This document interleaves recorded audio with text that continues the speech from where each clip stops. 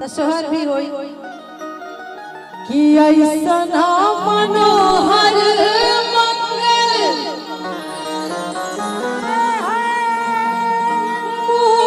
मूरत सुहावन सुंदर सूरत हो।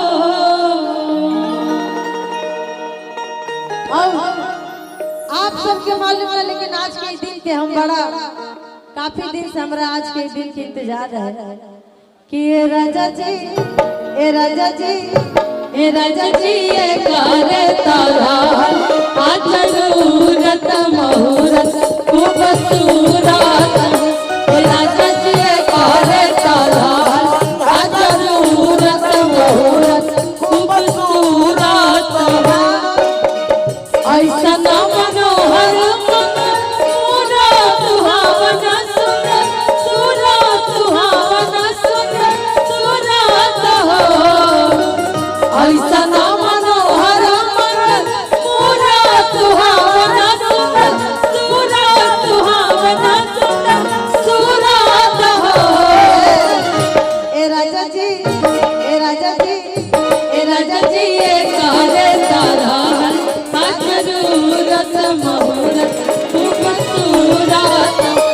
राजा जी कहले तलाल जरूरत मुहूर्त खूब सूरत हो राजा जरूरत खूब सूरत हो।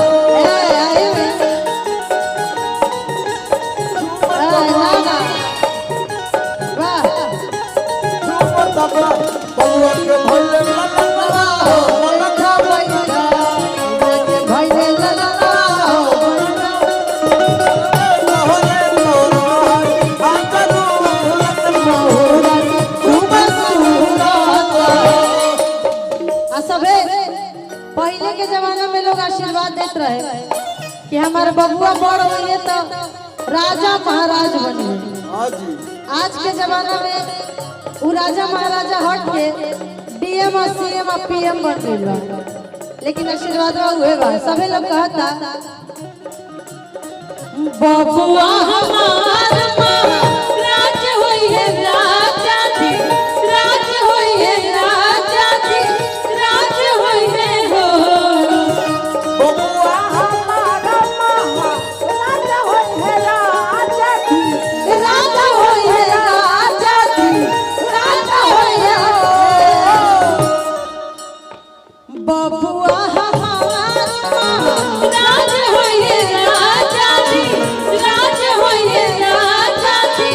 राज हुई है हो। खाली राजा धीरज ना ए राजा जी ए राजा जी ए राजा जी घारा के मुकुट मानी राज होई है घारा बाके नाज होई है